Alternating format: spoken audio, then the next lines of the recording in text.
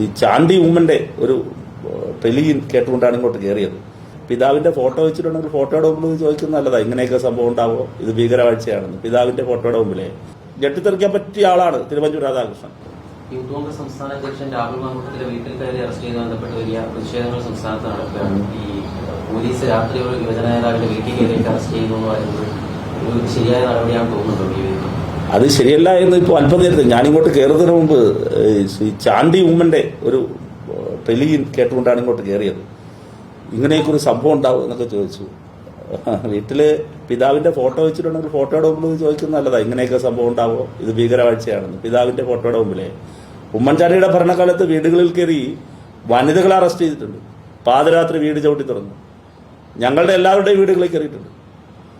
അന്നത്തെ SFIയുടെ സംസ്ഥാന പ്രസിഡന്റ്, ഇന്നത്തെ DYFIയുടെ, ഇന്ന് CPMന്റെ സംസ്ഥാന സെക്രട്ടേറിയറ്റ് അംഗം സഖാവ് PK ബിജുവിനെ കയ്യിൽ കയ്യാമം വെച്ചാണ് കൊണ്ടുപോയത്. ഈ തിരുവനന്തപുരം നഗരത്തിൽ, പട്ടണത്തിൽ. വീട്ടിൽ കയറി അറസ്റ്റ് ചെയ്തിട്ടില്ലെന്നോ? വീട്ടിൽ കയറി അറസ്റ്റ് ചെയ്ത് എത്ര സംഭവങ്ങളാണ് അറിയേണ്ടത്? വേറൊരാൾ അല്പനേരത്തെ ഞെട്ടുന്നത് കണ്ടു, പൊട്ടിത്തെറിക്കുന്നത് കണ്ടു. ആരാ? ശ്രീ തിരുവഞ്ചൂർ രാധാകൃഷ്ണൻ. ഇപ്പോൾ ഇങ്ങോട്ട് കയറുമ്പോൾ ടെലിവിഷൻ സ്ക്രീനിൽ ഞെട്ടിത്തെറിക്കാൻ പറ്റിയ ആളാണ് തിരുവഞ്ചൂർ രാധാകൃഷ്ണൻ.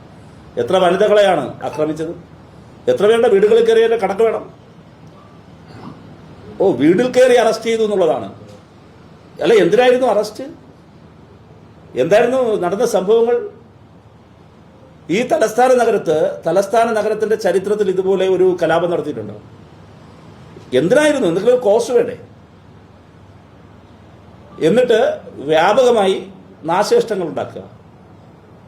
ഇപ്പൊ സമരത്തിന്റെ ഭാഗമായി അന്ന് പോലീസ്, നിങ്ങൾ തന്നെ എല്ലാവരും റിപ്പോർട്ട് ചെയ്തല്ലോ, പോലീസ് ആരെങ്കിലും തല്ലിയോ? മണിക്കൂറുകളോളം എന്തെല്ലാം ചെയ്തു?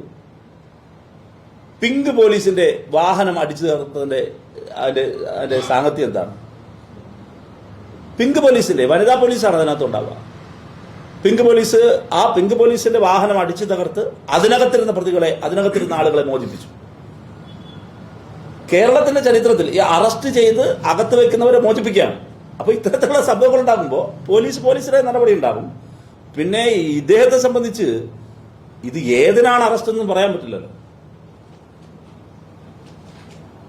ഞാനിപ്പോ ഇദ്ദേഹത്തെ ഇങ്ങനെ കോൺഗ്രസിന്റെ നേതാക്കൾ ഈ വിശുദ്ധനായി ഇങ്ങനെ പ്രഖ്യാപിക്കുന്നുണ്ടായിരുന്നു. ഈ വ്യാജരേഖാ കേസിൽ കോൺഗ്രസ് നേതാക്കളുടെ അഭിപ്രായം എന്താണെന്ന് കൂടി പറഞ്ഞു കേട്ടാൽ കൊള്ളാം.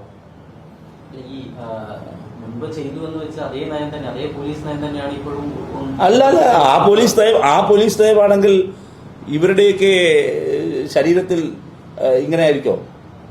അതേ പോലീസ് നയം ഇപ്പോഴെന്നല്ല ഞാൻ പറഞ്ഞത്. ഞങ്ങൾക്ക് ഇങ്ങനെ ഒരു പോലീസ് നയമില്ല. പോലീസ് എന്താണ്? പോലീസ് അറസ്റ്റ് ചെയ്തത് ഒരു കേസിലെ പ്രതിയെ സ്വാഭാവികമായും പോലീസ് അറസ്റ്റ് ചെയ്യാം. അദ്ദേഹം യഥാർത്ഥത്തിൽ ചെയ്യേണ്ടിയിരുന്നത്, നിയമവാഴ്ചയിൽ വിശ്വാസമുണ്ട് എങ്കിൽ അദ്ദേഹത്തിന് ഈ കാലയളവിൽ അദ്ദേഹത്തിന് ജാമ്യത്തിൽ നിൽക്കുക മറ്റു ആ കാര്യത്തിൽ ചെയ്യാമായിരുന്നു. അപ്പൊ അദ്ദേഹം അറസ്റ്റ് പ്രതീക്ഷിച്ചിട്ടുണ്ടാകും, അറസ്റ്റ് ചെയ്തിട്ടുണ്ടാകും. പക്ഷേ ഈ രാഹുൽ മാങ്കൂട്ടത്തിൽ എന്ന് പറയുന്ന യൂത്ത് കോൺഗ്രസിന്റെ സംസ്ഥാന പ്രസിഡന്റിനെ സംബന്ധിച്ച് ഈ തിരുവനന്തപുരത്ത് ഒരു കേസ് മാത്രമല്ലല്ലോ അന്വേഷണം നടക്കുന്നത്. പോലീസുകളോട് പ്രതികരിച്ചോ? എന്തിലാണ് അറസ്റ്റ്? ഈ സമരത്തിൽ തന്നെയാണോ? സമരത്തിൽ തന്നെയാണ്. അപ്പൊ സമരത്തിന്റെ ഭാഗമായിട്ട് അന്ന് കാട്ടിക്കൂട്ടിയ കാര്യങ്ങൾക്ക് അന്ന് തന്നെ പുള്ളി അറസ്റ്റ് ചെയ്തുകൊണ്ട് പോകാനായിരുന്നല്ലോ പുള്ളിയുടെ ആഗ്രഹം. പിന്നെന്താ പിന്നെ നിലവിളിക്കുന്ന കാര്യം എന്താ? പിന്നെ ഇത് ആദ്യത്തെ സംഭവമാണ്, ഇതെന്തോ വലിയ സംഭവമാണ് എന്നൊന്നും പറഞ്ഞ ആരും ഇങ്ങോട്ട് വരേണ്ടതില്ല. ഇപ്പോ നമ്മുടെ ഉമ്മൻചാണ്ടിയുടെ ഭരണകാലത്ത് തിരുവഞ്ചൂർ രാധാകൃഷ്ണൻ ആഭ്യന്തരമന്ത്രിയായിരുന്നപ്പോൾ, രമേശ് ചെന്നിത്തല ആഭ്യന്തരമന്ത്രിയായിരുന്നപ്പോൾ സമീപകാല ചരിത്രത്തിലാണ്. ഞങ്ങളുടെയൊക്കെ വീടുകൾ എത്ര മണി കയറിയത്? എത്രയോ പ്രവർത്തകരെയാണ് ആക്രമിച്ചു പിടിച്ചത്. പിന്നെ പോലീസ് നയത്തിന്റെ കാര്യം പറഞ്ഞു. പോലീസ് നയം കഴിഞ്ഞ പോലീസ് നയമാണോ ഇപ്പോഴത്തെ പോലീസ് നയം? പോലീസിനെ തുടർച്ചയായി ആക്രമിക്കുമ്പോഴും പോലീസ് തിരിച്ചെന്തെങ്കിലും ഒരു കാര്യം ചെയ്തിട്ടുണ്ടോ? പോലീസ് വരെ ആക്രമിച്ചോ? അത് ഇലക്ട്രിക് ബാറ്റണായിരുന്നു ഉപയോഗിച്ചിരുന്നത്. മാരകായുധങ്ങൾ, ഗ്രനേഡുകൾ, ഇലക്ട്രിക് ബാറ്റൺ. ഇപ്പൊ കണ്ണീർവാതക ഷെല്ല് പൊട്ടിച്ചപ്പോഴാ പ്രശ്നം. ഇലക്ട്രിക് ബാറ്റണും അതോടൊപ്പം തന്നെ തീവ്രമായ ആയുധങ്ങളും അന്ന് ഉപയോഗിച്ചിരുന്നു. കേരളത്തിന്റെ സമരചരിത്രത്തിൽ ആദ്യമായിട്ടാണ് ഇലക്ട്രിക് ബാറ്റൺ എന്ന് ഉപയോഗിക്കുന്നത്. അതും സ്വകാര്യ ഭാഗങ്ങളിൽ. കാലടി സർവകലാശാലയുടെ അന്നത്തെ ചെയർമാന്റെ നട റോഡിലാണ്. അതിന്റെ വിഷ്വൽസ് വളരെ മനുഷ്യാവകാശ പ്രവർത്തകർ തന്നെ എല്ലാവരും ഞെട്ടലുളവാക്കിയ എത്രയോ സംഭവങ്ങൾ. ഞാൻ ഓരോന്ന് ആവർത്തിച്ചു പോകുന്നില്ല.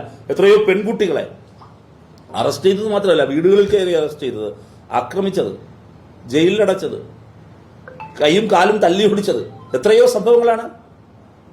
അപ്പോൾ ഇതിനെയൊന്നും അങ്ങനെ അവര് കരുതണ്ടല്ല. എന്താണ് അവരുടെ കോസ്, എന്താണ് അവരുടെ സമരത്തിന്റെ കാര്യം?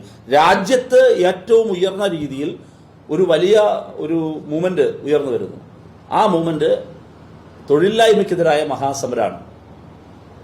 രാജ്യത്തെ തൊഴിലില്ലായ്മയ്ക്കെതിരായ മഹാസമരത്തിൽ എവിടെയുമില്ലാത്ത യൂത്ത് കോൺഗ്രസ് കേരളത്തിൽ മാർക്സിസ്റ്റ് വിരുദ്ധത ആയുധമാക്കിയെടുത്ത് ഇപ്പോൾ ഇറങ്ങി പുറപ്പെട്ടിരിക്കുകയാണ്. അതാണ് കണ്ടുകൊണ്ടിരിക്കുന്നത്.